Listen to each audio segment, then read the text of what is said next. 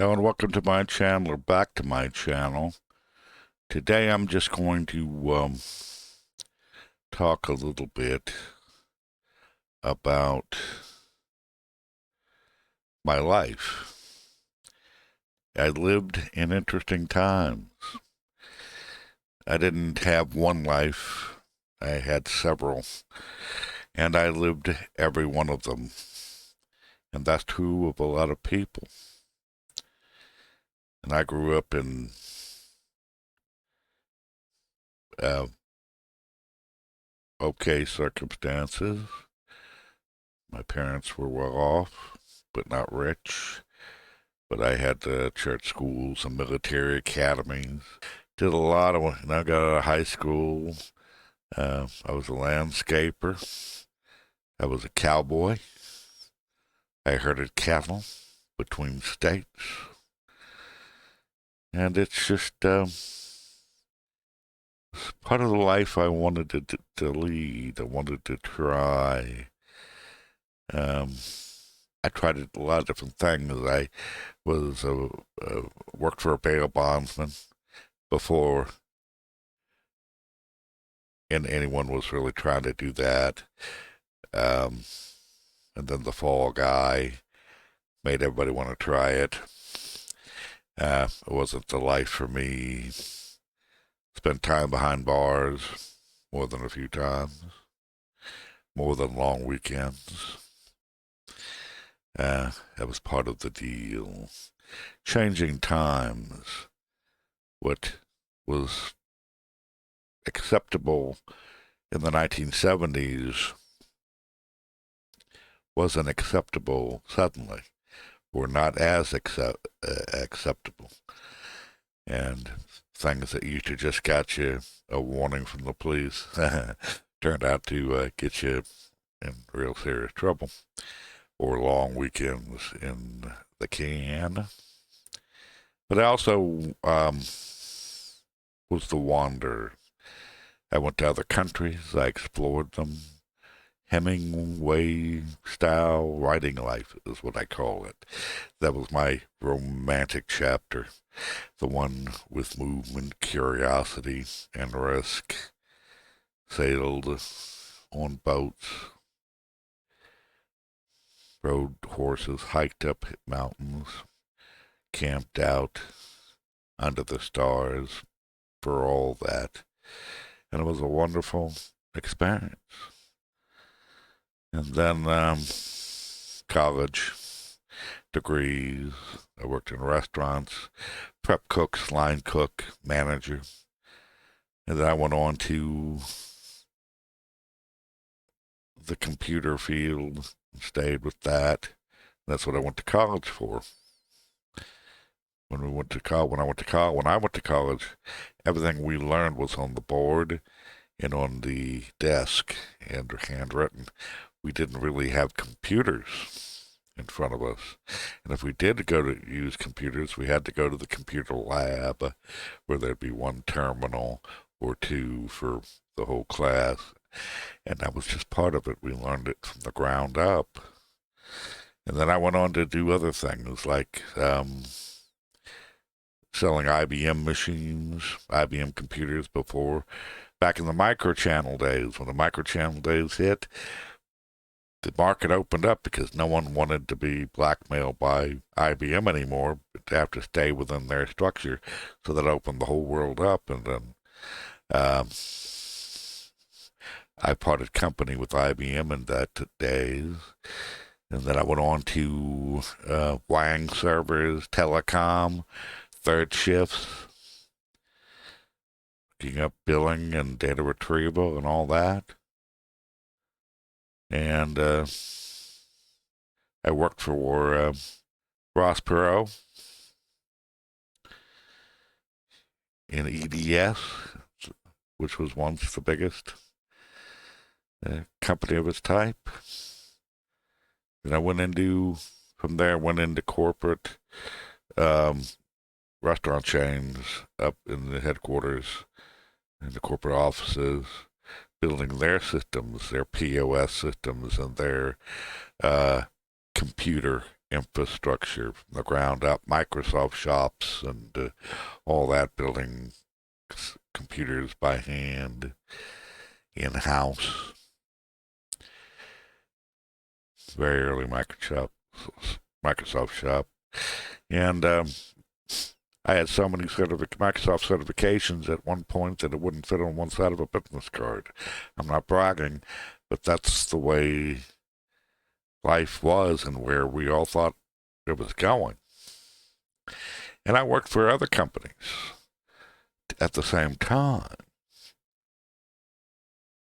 I worked for the adult check system in the early days.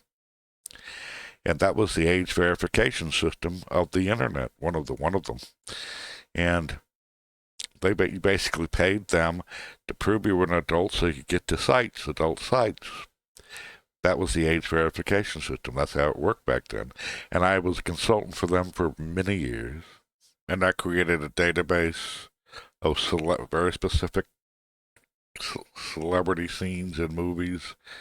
And I was the one that can program that in Perl and got that up. This was far before the Internet Movie Database, which I was there in the very beginning with them, not working with them directly, but as a contributor, and made suggestions that evolved it into what it was, and it became something else. I was there in the early days of first beginnings of LiveJournal, and that's a whole different thing. I helped that grow and prosper.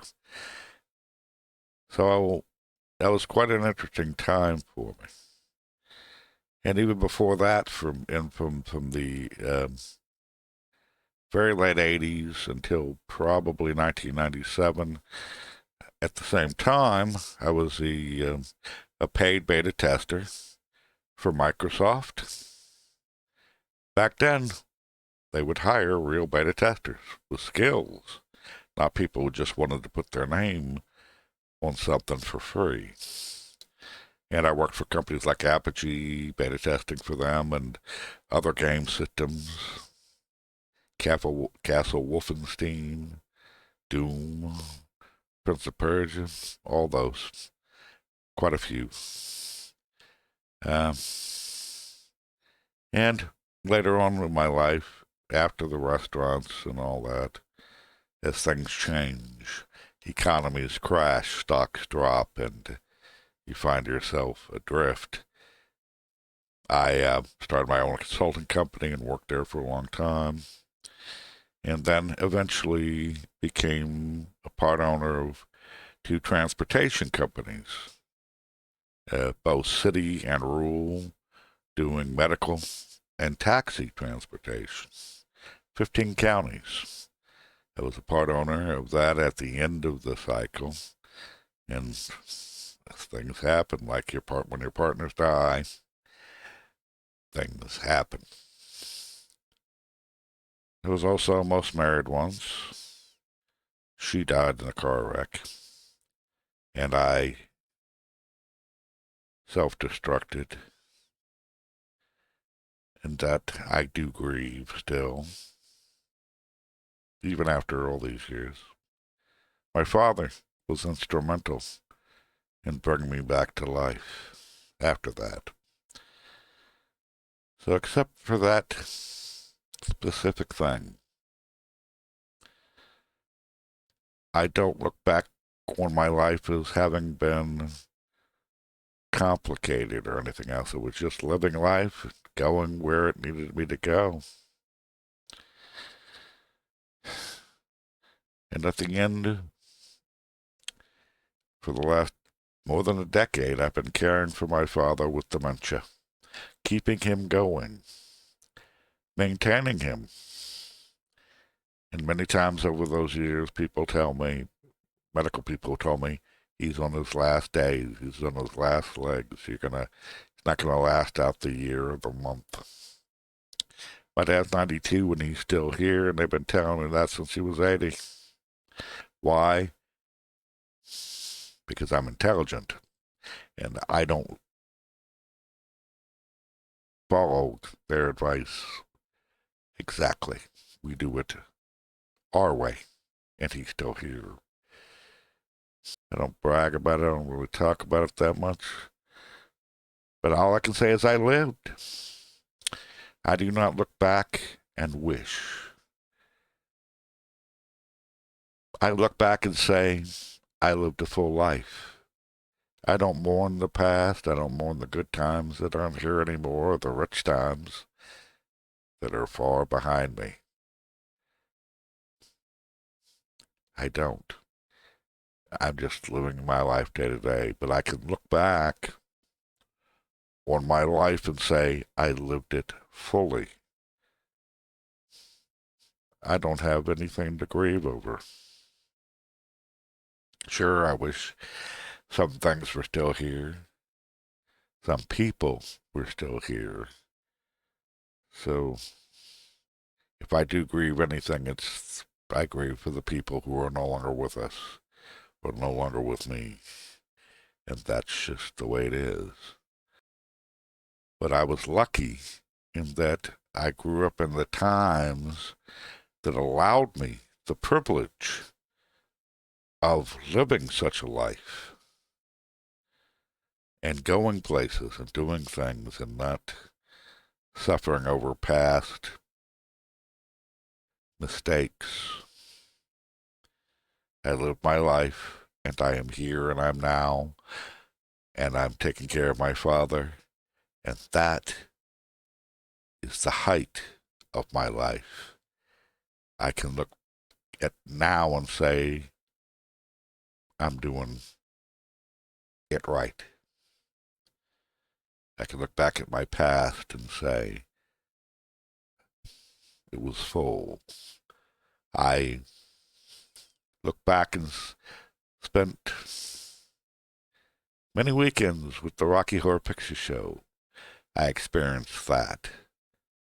There was a time when I turned a certain birthday, and I was at a small club with friends in LA, and a nice, to me, older lady came up to dance with me for my birthday.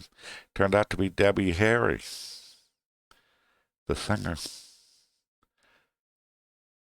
I lived a very interesting life. I met Phoebe Cates on the streets of New York before she became an actress, when she was still a model. Just ran into her, and that moment sticks in my head forever. She's the loveliest girl I'd ever seen at that point. Blew me away. It's like a fairy tale. I met a lot of actors and a lot of actors' kids.